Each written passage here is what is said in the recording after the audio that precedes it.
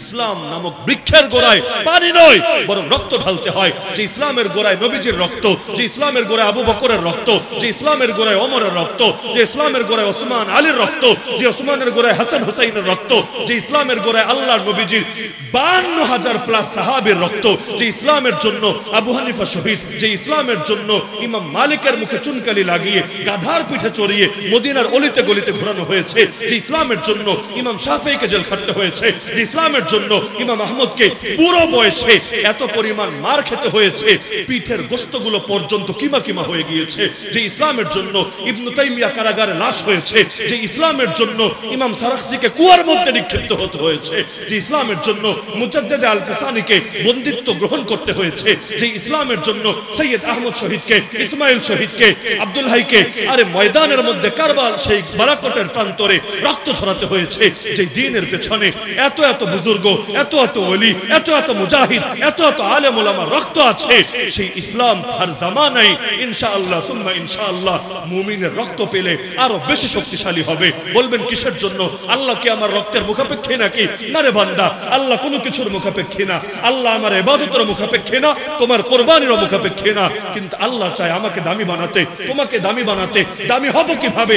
Life তো একটা, chance তো একটা। রব্বুল আলামিন মাঝে মধ্যে এমন কিছু সুযোগ তৈরি করে দেন, যেমন আমি আলী হাসান উসামা সারা জীবন বসে যত নামাজ পড়েছি, আমি জীবনে আজও পর্যন্ত এই কথা বলতে পারবো না যে 2টা রাকাত নামাজ অন্তত এমন পড়েছি যেভাবে রাসূল পড়েছিলেন, যেভাবে সাহাবীরা পড়েছিলেন, যেই 2 নামাজের শতভাগ গুণ ঠিক ছিল। এমন একটা সেজদা এখনো দিতে পারি নাই যে সেজদার ব্যাপারে আমি আশাবাদী আল্লাহ অন্তত এটাকে কবুল করবেই করবে। কিন্তু আমাকে দ্বীনের জন্য যে জুলুম করা হয়েছে, যে বন্দিত্বের যাতনা সইতে হয়েছে, এটার ব্যাপারে আমি অন্তত আশাবাদী। এখানে কোনো রিয়া নাই, এখানে কোনো লোক দেখানোর মনোভাব নাই, এখানে ভিন্ন কোনো ইচ্ছা আসার সুযোগই নাই। এতটুকুর ব্যাপারে অন্তত আশাবাদী আল্লাহ এই কষ্টের বিনিময়ে জাহান্নামের কষ্টকে চিরতরে মাফ করে দিতে পারেন। যার সাথে যার মহব্বত, তার সাথে তার কিয়ামত। এই মূলনীতির আলোকে আল্লাহ আমাকেও কিয়ামতের দিন সেই বেলাল, সুহাইব, আম্মার, ইয়াসির, খুবাইব, খাব্বাব আর সুমাইয়ার সঙ্গে হাসর করতে পারে। এরকম অকাট্য বিষয়ও সে দ্বিমত করার মানে হলো সে তাদের ভণ্ডামি আর তাদের কুফরের উপর সন্তুষ্ট হয়ে গিয়েছে।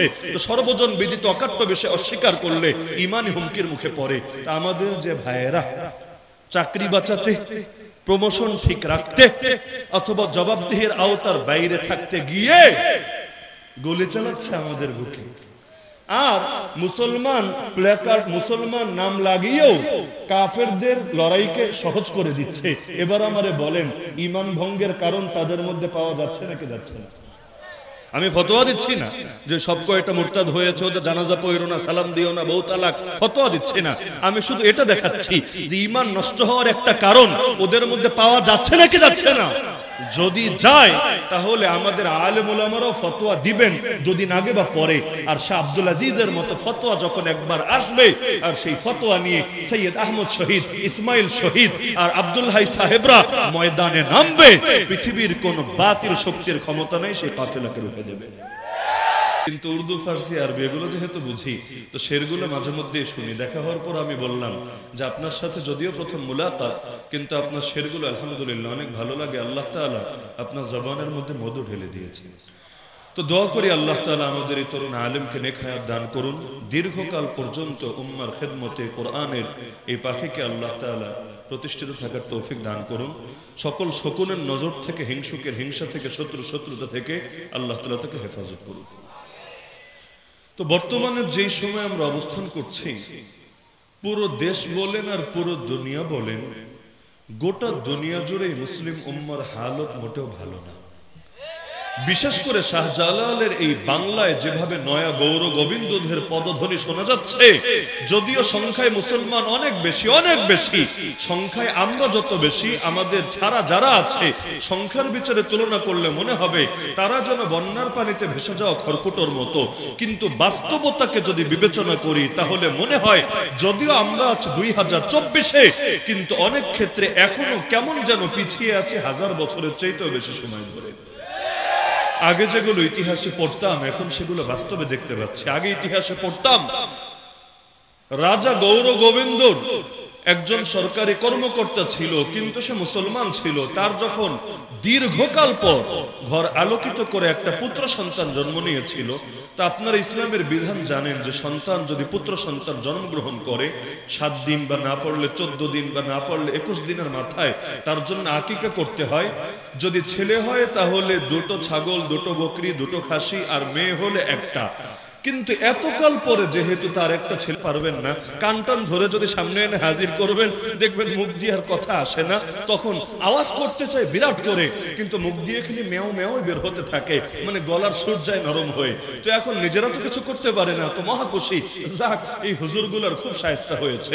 তো 1 বছর জেল খেটে এসে আমি প্রথম দিকের বয়ানে 2টা প্রশ্ন ছুড়ে দিয়েছিলাম, এরপর 2 বছর চলে গেল, আজও জবাব পাই নাই। আপনারাও যদি, যেহেতু চিটাগাঙ্গের মুসলমানই আপনারা যদি কেউ জবাব এনে আমাকে দিতে পারেন, আমি কৃতজ্ঞ থাকব, এবং এই জবাব আমি পাবলিক ভাবেই আমি প্রচার করব ইনশাআল্লাহ। 2টো প্রশ্ন। 1 নম্বর প্রশ্ন আমার ছিল যে এই পীর আবার কেমন পীর, যেই পীর বদদোয়া দিয়ে খালি হুজুরদেরকে জেলেই ঢুকাতে পারে, কিন্তু জালেমের গদি উল্টাতে পারে না। আরে পীরের বদদোয়া যদি আমাদের উপর চলে তো চলুক, কিন্তু তার চাইতে বেশি জুলুম যারা করে, এমনকি আমাদের হাতে হাত করা যারা বাঁধে, বদদোয়া কি ওখানে গেলে ডাউনলোড ফেইল দেখায়, সেখানে কি নেটওয়ার্ক স্লো হয়ে যায়, 4G কি 2G তে নেমে আসে, সেখানে কি তোমার মোবাইলের ডিভাইসই যায় নাকি বন্ধ হয়ে? না হলে এই বদদোয়া কেমন বদদোয়া, খালি এক পক্ষের উপরেই চলে আর আরেক পক্ষের বেলায় গেলে নেতিয়ে পড়ে।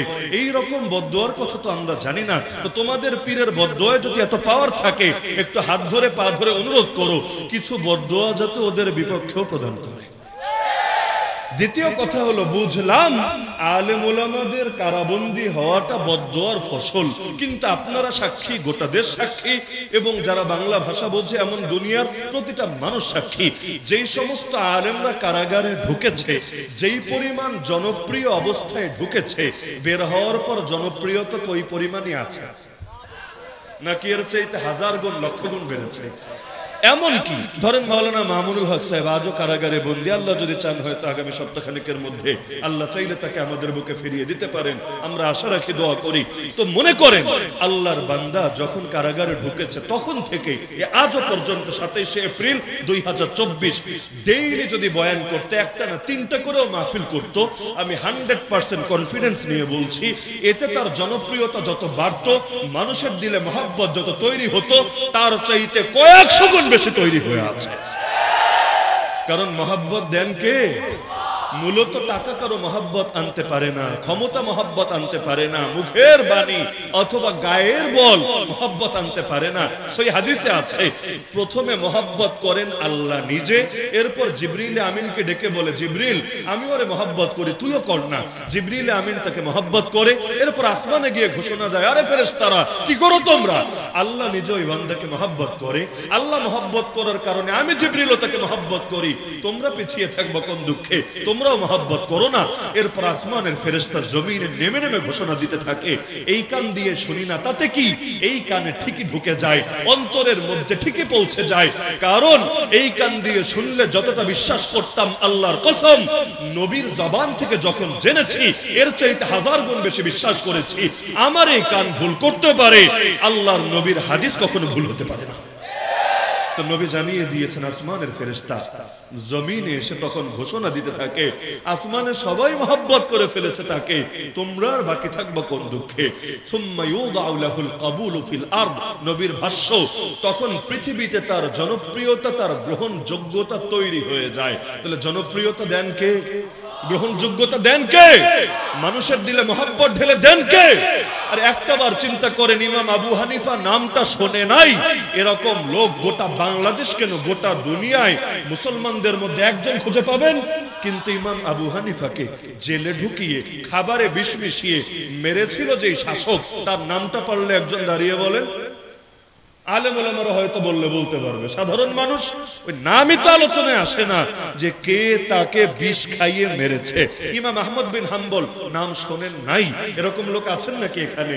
অথচ ইমাম আহমদ বিন হাম্বলকে তিনজন শাসক, একজন না, একজন, তারপর আরেকজন, তারপর আরেকজন তিন প্রজন্ম, তিন শাসক লাগাতার আল্লাহর এই বান্দাকে তার সহি আকীদার কারণে জুলুম করেছে। এত এত জুলুম হলো, এত এত আগ্রাসন হলো, কিন্তু আজ দেখেন ইমাম আহমদ এত হাজার বছর পরও মুমিনদের দিলে ঠিক রাজত্ব করছে। ইমাম আহমদের মৃত্যু 241 হিজরিতে, আর 1445 হিজরি, কত বিশাল এক গ্যাপ আর ডিস্টেন্স। এরপরও তার মহব্বত আজও প্রতিটা মুমিনের হৃদয়ে রয়েছে। কিন্তু যেই তিন বাদশা মিলে তাকে পিটিয়েছে, তাদেরকে চেনেটাকে তো মহব্বত দেন কে? আরে মহব্বত দেন কে? মহব্বত এটা কৃত্রিম ভাবে হাসিল করা যায় না। মনে করেন ফেরাউনের লাশটা পর্যন্ত এখনো আছে না? কখনো মিশরে গেলে দেখে আসেন আপনারা, ও লাশটাই বাকি আছে, কোনো মূর্তি না, কোনো ভাস্কর্য না, যে ইট সিমেন্ট দিয়ে পিছনে একটা লাঠি অথবা একটা রড ঢুকিয়ে দিয়ে দাঁড় করিয়ে রেখেছে, এরকম না। একেবারে খাঁটি শরীরটাই, যদিও গোস্ত নাই, লেকিন হাড্ডি গুড্ডি তো আছে। এই যে শরীরটা নিয়ে বেচারা বাকি রয়েছে, মূর্তিও না, ছবিও না, ভাস্কর্য না, ডাইরেক্ট বডি। তাতে কি হয়েছে? প্রত্যেকের দিলে তো তার মহব্বত আছে, তাই না? কে আছে নাকি আপনাদের দিলে মহব্বত? তার মানে মহব্বত শুধু সামনে থাকলেই আসে এমন না। নবী মুসাকে দেখি নাই, দেখার আশাও বাহ্যিক ভাবে নাই। নবী মুসার ছবিও জানি না। নবী মুসার নাক কেমন, চোখ কেমন, কান কেমন, দাঁত কেমন, চুল কেমন, এগুলো হাদিসের ভান্ডার খুঁজে আমাকে বের করে এনে বিস্তারিত ভাবে দেখাতে পারবেন না। তাতে কি? দেখি নাই তাও ভালোবাসি, ফেরাউনকে দেখেছি তাও ঘৃণা করি। কারণ দেখা অদেখা মূল বিষয় না, আদর্শ মূল বিষয়। আদর্শের জন্য যারা জান কোরবান করে, আল্লাহ তাদেরকে মরার পরেও জমিন অমর রাখে। আজকের দুনিয়া আমি যদি জিজ্ঞাসা করি, বলেন তো তাফসীরের তো কিতাব আছে হাজার হাজার লাখ লাখ, এর মধ্যে সবচেয়ে বেশি সেল হয় তাফসীরের কোন কিতাবটা বলেন তো? এক একজন এক একটা বলবেন, কিন্তু বাস্তবে খোঁজ নিয়ে দেখেন সবচেয়ে বেস্ট সেলার তাফসীরের কিতাবের নাম হলো তাফসীর ফি জিলালিল কুরআন। বাস্তবেই গোটা দুনিয়া জুড়ে, যদিও বাংলাদেশের সেল তুলনামূলক একটু কম অন্য দেশের তুলনায়, কিন্তু আমি দুনিয়ার হিসাব বলছি যে এক নম্বরে যদি আপনি তাফসীরের কোনো কিতাব সেলের বিবেচনায় রাখেন, পড়ার বিবেচনায় বলি নাই। কেন? কারণ অনেক মানুষ আছে যারা বই কিনে তবে বই ঠিক মতো পড়ে না। এই শ্রেণীটা আমার চোখে দেখা একটু বেশি। মানে বই কিনতে একটা আলাদা কাজ করে, 2-4 পৃষ্ঠা পড়ে, 10-20 পৃষ্ঠা পড়ে, কিন্তু পুরোটা ফার্স্ট টু লাস্ট পড়ে এমন লোক একটু কম থাকে। আমাদের ধৈর্য সবকিছুতেই কম। মনে করেন হুজুরদের বয়ান শোনার ক্ষেত্রেও পাবলিক এখন শর্টকাটের প্রিয় হয়ে গিয়েছে। একই হুজুরের বয়ান মনে করেন অনলাইনে 2 রকম পাওয়া যায়। একটা হলো ফুল বয়ান, 1 থেকে 1.5 ঘন্টা বা 2 ঘন্টা, আর আরেকটা হলো 5 মিনিটের ক্লিপ, 10 মিনিটের ক্লিপ। আপনারা বলেন জাতি কোনটা বেশি দেখে? তার মানে সবকিছুতে শর্টকাট শর্টকাট শর্টকাট। যত শর্টকাট বানাবে পাবলিকের আকর্ষণ আর আগ্রহ তত বেশি কাজ করবে। এজন্য এখন অনেক ভণ্ডামি সিলসিলা শুরু হয়ে গিয়েছে। 1 বছরে মাওলানা, মুফতি, মুহাদ্দিস 1 বছরে বানায় দিবে। এখন আগে ভাবতাম যেগুলো ফাইজলামি করে, এখন দেখি না, পাবলিক গিয়ে ভর্তিও হয় 1 বছরের মধ্যে একেবারে কুতুবে জামান হয়ে যাবে এরকম জিনিসের জন্য। তা আগামীতে হয়তো এমন চালু হবে 1 বছরে ডাক্তার, ইঞ্জিনিয়ার, কৃষিবিদ, অর্থনীতিবিদ, রাজনীতিবিদ সব বানায় দিবে। সকল রোগের মহা ঔষধ পাওয়া যাবে একসাথে। যেমন ধরেন বাঙালির পরিশ্রমের চেষ্টা যতটুকু আছে, এখনো পর্যন্ত আধুনিক যুগে এসেও বিভিন্ন পাথর কেনা, তান্ত্রিকের কাছে যাওয়া, কবিরাজের পেছনে পেছনে ঘুরতে থাকা, এগুলোর মধ্যে তাদের মনোযোগ কিন্তু আরো বেশি আছে। দেখেন না আপনারা? অবাক হয়ে যায়। মনে করেন যদি কখনো ফেরিতে ওঠেন, লঞ্চে ওঠেন, অথবা রেল স্টেশনে যান, অথবা অনেক বাস স্টেশনে যান, দেখবেন এক শ্রেণীর লোক পাথর বেচে। দেখেন না জীবনে? একেবারে এরকম অনুন্নত জায়গায়ও পাবেন। আর ঢাকায় আসেন, যমুনা ফিউচার পার্কে যান, এত উন্নত একটা জায়গা, বিশাল শপ, মানে মোটামুটি আপনাদের এই মাহফিলের অর্ধেক মনে করেন, বিশাল এক শপ নিয়ে সেখানেও পাথর বেচছে। ইনকাম যদি ভালো না হয়, যমুনা ফিউচারে গিয়ে তো শপ নিতে পারে না, কারণ এত টাকা দিয়ে সিকিউরিটি মানি দিয়ে দোকান দেওয়া, নিয়মিত ভাড়া পরিশোধ করা, আর ওদের কাছে গিয়ে তো আর ফকিররা, মিসকিনরা, রিক্সাওয়ালারা, ভ্যানওয়ালারা পাথর কিনবে না। তার মানে কিনবে বড় বড় রাজনীতিবিদরা, ক্ষমতা লিপ্সুরা, অর্থনীতিবিদরা, দুর্নীতিবাজরা, চোররা, ডাকাতরা ইত্যাদিরা। তো এখন এক এক শ্রেণীর মধ্যে ক্লায়েন্ট আছে, তাদের কাস্টমার আছে, এটা তো বোঝাই যায়। আমার তো এটাই মাথায় ধরে না, পাথরওয়ালা যদি দুনিয়ার সবার ভাগ্য পরিবর্তনের ঠিকাদারি নিতেই পারে, 10 টাকা, 100 টাকা, 200 টাকা দিয়ে পাথর কিনলেই সকল সমস্যা সমাধান পাওয়া যায়, তাহলে ও শুধু মানুষের কাছেই পাথর কেন বিক্রি করে বেড়ায়? একটা পাথর নিজের হাতে লাগিয়ে নিজে কেন বিল গেটসে পরিণত হয় না?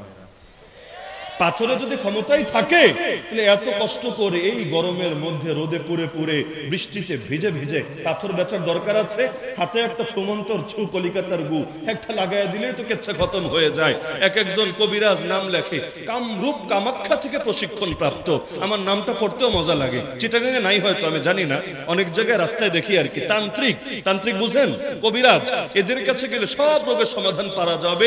নিচে লেখা কামরূপ কামাখ্যা থেকে প্রশিক্ষণ প্রাপ্ত। এমনকি কি কি সমস্যা ডিটেল দিয়ে দেয়। মনের মানুষকে কাছে পাওয়া, দাম্পত্য জীবনের অশান্তি, চাকরি হচ্ছে না, বিদেশে যাওয়ার ভিসা আটকে আছে, সবকিছু সমাধান পাওয়া যাবে তার কাছে গেলে। আরে পাগলা, সবার সমাধান যদি তোর হাতেই থাকে নিজের সমাধানটা করে নিচ্ছিস না কেন সবার আগে? আগামী বাংলার তুই রাষ্ট্রপতি হয়ে যা, তুই শিল্পপতি হয়ে যা, তুই কোটিপতি হয়ে যা, হয়ে গেল। কিন্তু তোর জিনে দুনিয়ার সবার কাম করে দিতে পারে, খালি তোর বেলায় আসলে আটকে পড়ে। এটা তো ভণ্ডামি ছাড়া কিছু না। আবার অনেকে দেখেন না, হাত দেখে নাকি ভবিষ্যৎ বলে দেয়, কেউ টিয়া পাখি চালান দিয়ে ভবিষ্যৎ বলে দেয়। আমার দৃষ্টিতে এদের জন্য মাইরের উপর ওষুধ নাই। এরকম লোকদের কানের নিচে ঠাস করে একটা চর মারবেন, মারলেই প্রথমে খেপে যাবে, কিরে আমার গায়ে হাত তুললি, এত বড় সাহস, বেয়াদব কোথাকার। আপনি বলবেন ভাই রে, আমার হাত দেখে বলে দিতে পারলে আমার কপালে কি আছে কি নাই। একবার হাত দেখে বলবে বল্টু তোর কপালে কোনো বউ নাই, আর একবার বলবে সল্টু তোর কপালে দুইটা লাল টুকটুকে বউ আছে। তো এখন কবে বিয়ে করব না করব সব তোমার হাতের মধ্যে লেখা আছে, কিন্তু আমার হাতে যে একটা চর আছে তোমার জন্য, এইটাই খালি লেখা নাই তোমার হাতে। এই ভণ্ডামি তোমারে আজই ছাড়তে হবে। এরকম ভণ্ডামি করে না নাকি? করে। তো যে প্রসঙ্গে বলছিলাম যে এই পীর আবার কেমন পীর, খালি দোয়া দিয়ে দিয়ে আলেমদের জেলেই ঢুকাতে পারে, এরপর আর বেরো করতে পারে না, আর অন্যদেরও কোনো ক্ষতি করতে পারে না। 2 নম্বর কথা, আলেমদের জেলে যাওয়া যদি বদদোয়ার ফসল হয়, বের হওয়ার পর যে এক একজন সুপারস্টার হয়ে যাচ্ছে, এটা কিসের ফসল রে ভাই?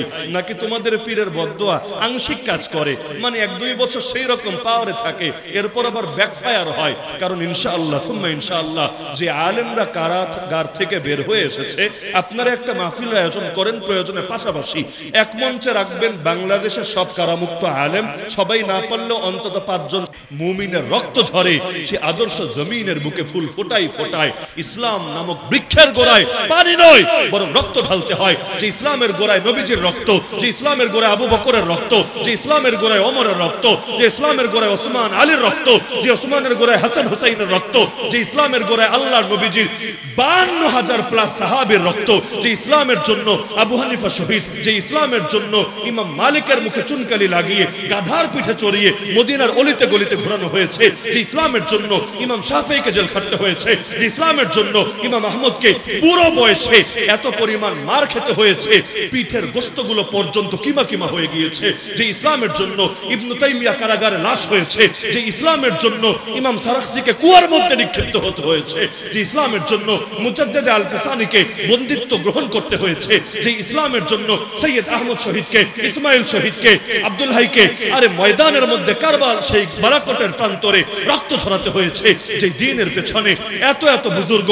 এত এত ওলি, এত এত মুজাহিদ, এত এত আলেম ওলামার রক্ত আছে, সেই ইসলাম আর জামানায় ইনশাআল্লাহ সুম্মা ইনশাআল্লাহ মুমিনের রক্ত পেলে আরো বেশি শক্তিশালী হবে। বলবেন কিসের জন্য? আল্লাহ কি আমার রক্তের মুখাপেক্ষী নাকি? না রে বান্দা, আল্লাহ কোনো কিছুর মুখাপেক্ষী না। আল্লাহ আমার ইবাদতের মুখাপেক্ষী না, তোমার কুরবানির মুখাপেক্ষী না। কিন্তু আল্লাহ চায় আমাকে দামি বানাতে, তোমাকে দামি বানাতে। দামি হব কিভাবে? লাইফ তো একটা, চান্স তো একটা। রব্বুল আলামিন মাঝে মধ্যে এমন কিছু সুযোগ তৈরি করে দেন, যেমন আমি আলী হাসান ওসামা সারা জীবন বসে যত নামাজ পড়েছি, আমি জীবনে আজও পর্যন্ত এই কথা বলতে পারবো না যে 2টা রাকাত নামাজ অন্তত এমন পড়েছি যেভাবে রাসূল পড়েছিলেন, যেভাবে সাহাবীরা পড়েছিলেন, যেই 2 নামাজের শতভাগ গুণ ঠিক ছিল। এমন একটা সেজদা এখনো দিতে পারি নাই যে সেজদার ব্যাপারে আমি আশাবাদী আল্লাহ অন্তত এটাকে কবুল করবেই করবে।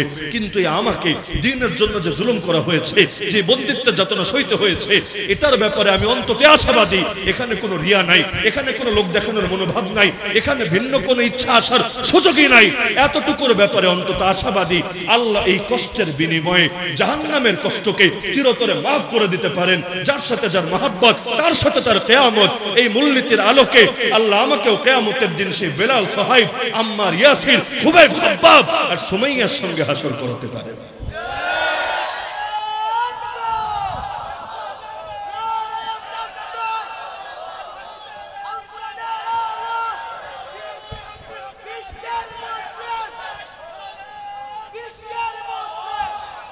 আল্লাহর নবীর রক্তের চাইতে দামি রক্ত কারো আছে? আরে দুনিয়ার কোন পীরানে পীর দস্তগীর দাঁড়িয়ে জীবনে বলতে পারবে আমার রক্ত নবীর রক্তের চাইতে বেশি দামি হয়েছে? একটাবার চিন্তা করেন, এই দ্বীনের জন্য যদি সেই নবীর গালে চর লাগতে পারে, আল্লাহর কসম আমার গাল নবীর গালের চাইতে বেশি দামি না। এই দ্বীনের জন্য সেই নবী নামাজে দাঁড়ালে তার গলায় চাদর পেঁচিয়ে শ্বাসরুদ্ধ করে তাকে যদি হত্যা করার চেষ্টা হতে পারে, আল্লাহর কসম আমি গুনাহগারের গলা তার গলার চাইতে বেশি দামি না। এই দ্বীনের জন্য আমার নবীর চেহারা মোবারকে যদি থুথু ছোড়া হতে পারে, আল্লাহর কসম আমার চেহারা তার চেহারার চাইতে বেশি দামি না। এই দ্বীনের জন্য আবু জাহাল যদি নিজের হাতে পাথর মেরে আমার নবীর মাথা ফাটাতে পারে, আল্লাহর কসম আমার মাথা সেই নবীর মাথার চাইতে বেশি দামি না। এই দ্বীনের জন্য আল্লাহর নবী যদি নিজের 3 বছর জীবনের মূল্যবান 3টা বছর কারাগারে কাটাতে পারে, অবরোধে কাটাতে পারে, আল্লাহর কসম আমার গোটা জীবনটাও নবীর 3 বছরের চাইতে বেশি দামি না। এই দ্বীনের জন্য আমার নবীর পেটে যদি একটা না দুইটা পাথর উঠতে পারে, আল্লাহর কসম আমার পেট নবীর পেটের চাইতে বেশি দামি না। এই দ্বীনের জন্য আল্লাহর নবীর যদি খুন ঝরতে পারে, আল্লাহর কসম আমার খুন নবীর খুনের চাইতে বেশি দামি না। এরপর নবী যদি আল্লাহর কাছে নিয়মিত শাহাদাতের দোয়া করতে পারে, আমি শাহাদাতের তামান্না থেকে পিছিয়ে থাকবো কোন দুঃখে? আল্লাহর কসম যেই পথে চলেছেন নবী সেই পথে আমাদের পথ, তার মিশনই আমাদের মিশন, তার ভিশনই আমাদের ভিশন। এই পথে যদি জান দেওয়া লাগে আলহামদুলিল্লাহ, মাল দেওয়া লাগে আলহামদুলিল্লাহ, ফ্যামিলি দেওয়া লাগে আলহামদুলিল্লাহ, প্রয়োজনে কল্লা দিব, তবে বাতিলের সামনে আপোষ করতে পারবো না।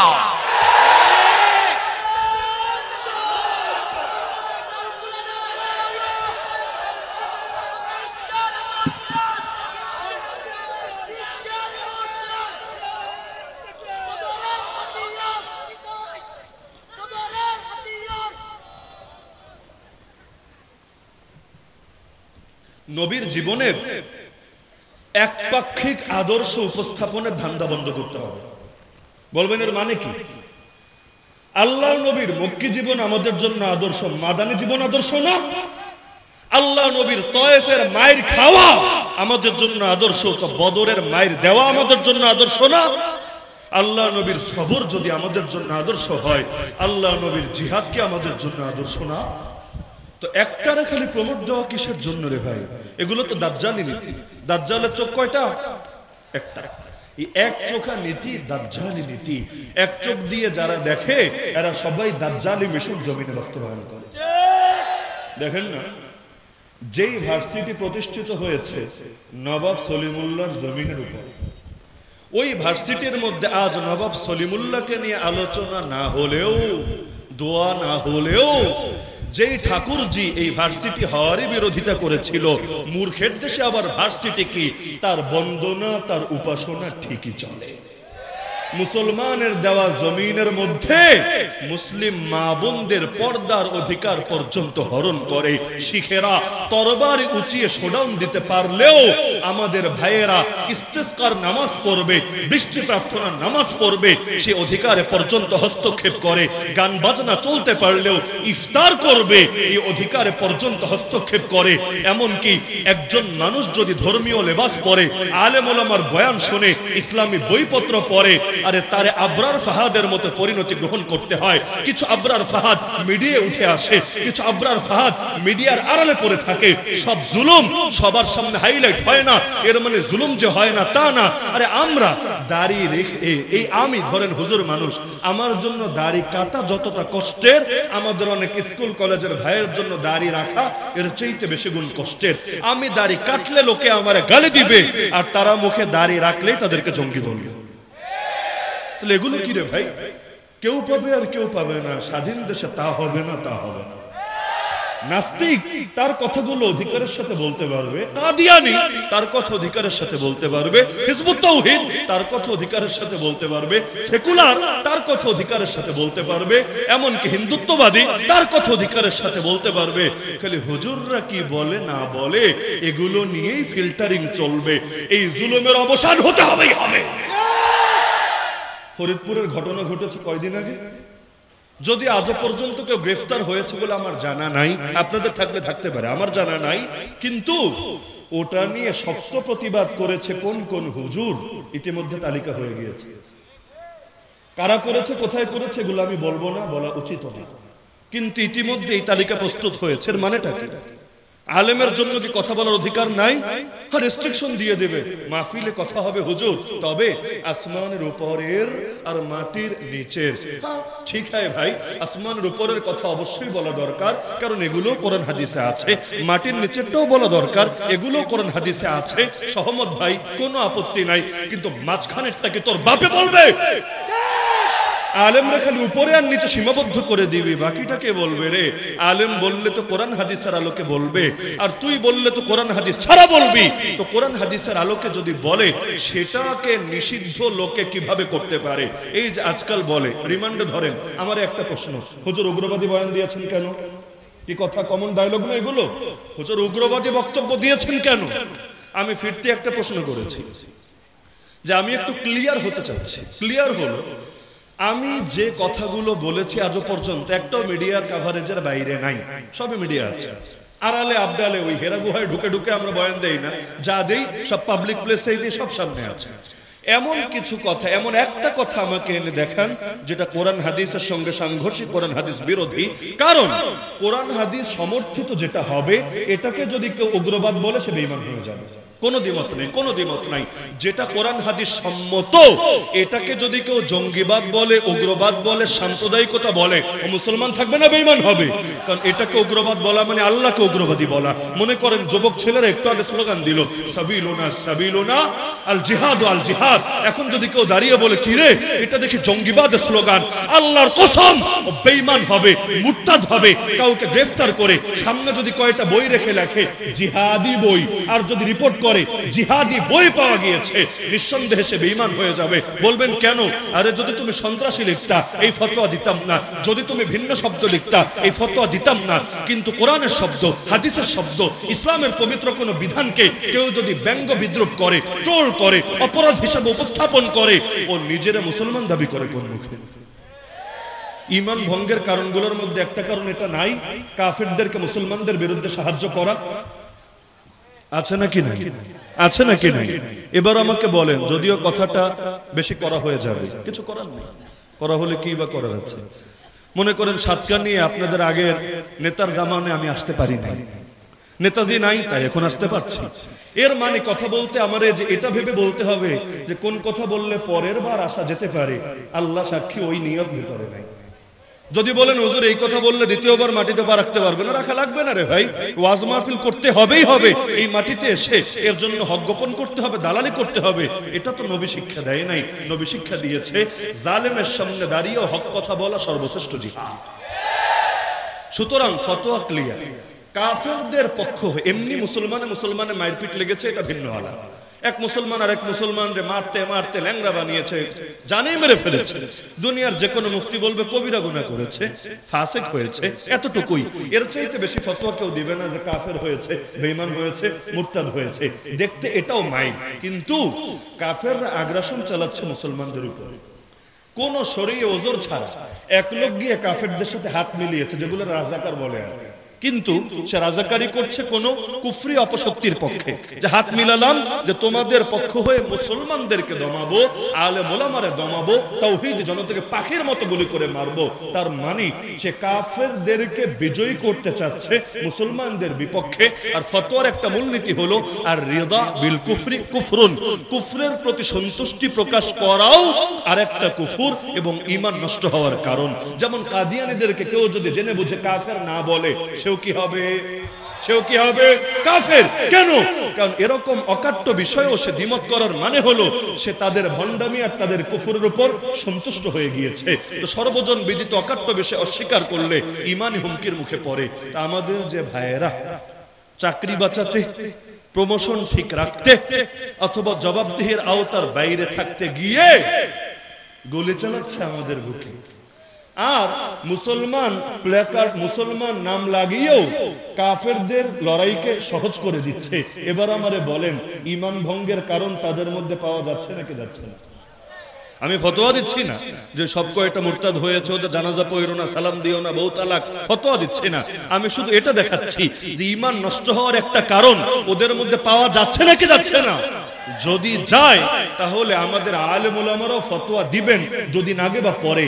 আর শাহ আব্দুল আজিজের মতো ফতোয়া যখন একবার আসবে, আর সেই ফতোয়া নিয়ে সৈয়দ আহমদ শহীদ, ইসমাইল শহীদ আর আব্দুল হাই সাহেবরা ময়দানে নামবে, পৃথিবীর কোন বাতিল শক্তির ক্ষমতা নেই সেই কাফেলাকে রুখে দেবে। সুতরাং দিনের জন্য কোরবানি দিতে রাজি আছেন তো ইনশাআল্লাহ? তো যেই আয়াত খুতবায় পড়েছি বিশাল ভূমিকার পরে, আয়াতটা আমি এক বাক্যে এখন বুঝিয়ে দিতে পারবো। আল্লাহ বলেন, ওয়ালাকাদ বাআসনা ফি কুল্লি উম্মাতির রাসূলা, আমি আল্লাহ প্রত্যেক জাতির মধ্যে কোন না কোন রাসূল পাঠিয়েছি একই বার্তা দিয়ে, দুই বার্তা না, একই বার্তা দিয়ে, একই ঈমানি দাওয়াত দিয়ে। কি সেই দাওয়াত? আনি আবুদুল্লাহ ওয়াজতানিবুত তাগুত। দাওয়াতের প্রথম অংশ একটা, দ্বিতীয় অংশ আরেকটা। লা ইলাহা ইল্লাল্লাহ, লা ইলাহা এক অংশ, ইল্লাল্লাহ আরেক অংশ, দুই অংশ মিলে পূর্ণতা। পরীক্ষা দিয়েছেন জীবনে? দিলে দেখবেন প্রশ্নগুলো যে করে, লেখা থেকে প্রথম প্রশ্ন, এরপরে আবার ক, নিচেরটা খ, তার নিচেরটা গ, তিনটা মিলে হয়েছে প্রথম প্রশ্ন। সবগুলোই প্রথম প্রশ্নের অংশ।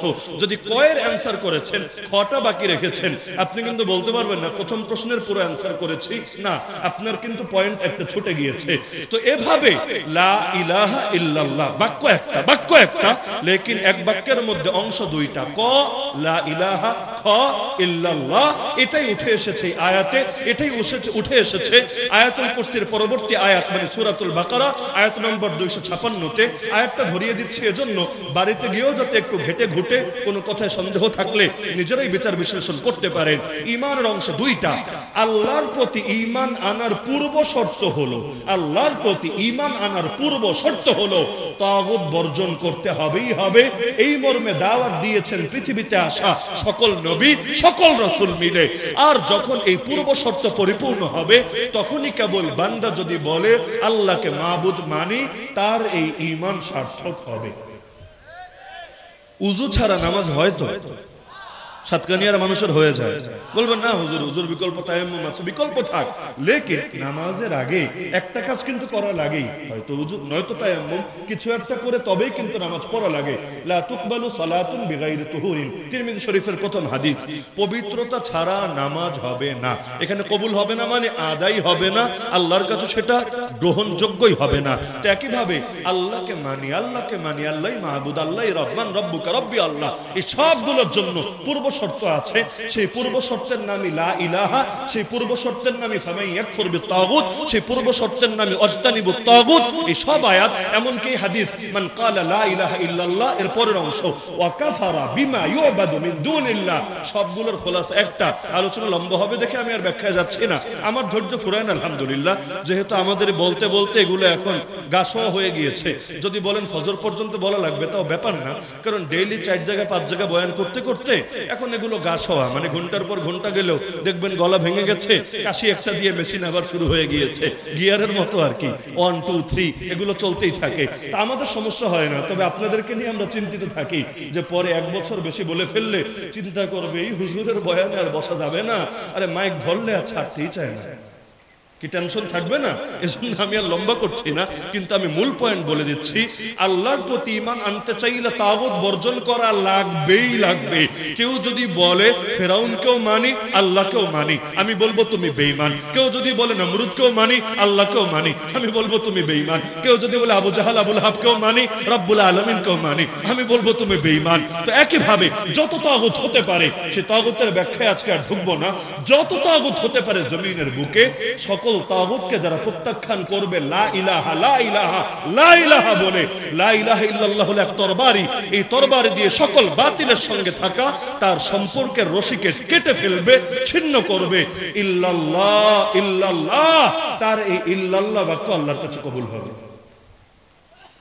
আবু তালেবকে জানতো না আল্লাহ রব, আবু তালেবকে জানতো না মুহাম্মদ সাল্লাল্লাহু আলাইহি ওয়াসাল্লাম নবী, আবু তালেবকে জানতো না নবীর উপর যে জিবরিল ওহী নিয়ে আসে এটা হক ওহী। আবু তালেব জান্নাতি না জাহান্নামী? বলেন না, জান্নাতি না জাহান্নামী? তো আগে তো বললেন জানতো, সব জানতো, ইখতিলাফ ছিল না, দ্বিধা ছিল না, তো জাহান্নামী কি লেগে রে ভাই? আচ্ছা, আবু জাহালকে নামাজ পড়তো না, কাবার খেদমত করতো না, হাজীদের খেদমত করতো না, বাইতুল্লাহ সংস্কারের কাজ করতো না, বিভিন্ন সময় সিয়াম সাধনা করতো না, বলবেন হুজুর করতো নাকি? হ্যাঁ করতো। ইবাদত নিয়ে নবীর সঙ্গে তাদের মৌলিক মারপিট ছিল না কেন? আমার নবী নবী হওয়ার পর ইবাদত শুরু করেছেন, এর আগে করেন নাই? হেরা গুহায় গিয়ে কি করলেন? মাসের পর মাস করলেনটা কি? আমি আপনি তো নির্জনে গেলে ফেসবুক চালাবো, একমাত্র আমল। ইউটিউব তো মিস নাই, বই, এগুলো আমাদের আমল। নবীজি হেরা গুহায় গেলেন, তার হাতে কি মোবাইল ছিল, কম্পিউটার ছিল? তিনি কি সেখানে বসে এমনি সময় কাটিয়েছেন? না, প্রতিটা মুহূর্ত রবের ইবাদতে কাটিয়েছেন। কেউ গিয়ে নবীর গায়ে হাত তুলেছে, অথবা আল্লাহ নবী যখন কাবায় দাঁড়িয়ে নামাজ পড়েছেন, সিজদায় গিয়েছেন, কেউ উটের ভুঁড়ি চাপিয়ে দিয়েছে? দেয় নাই। 40 বছর কেউ টোকাও মারে নাই। হঠাৎ খেপে গেল কেন? একমাত্র কারণ নবী তাগুত বর্জনের ডাক দিয়েছে।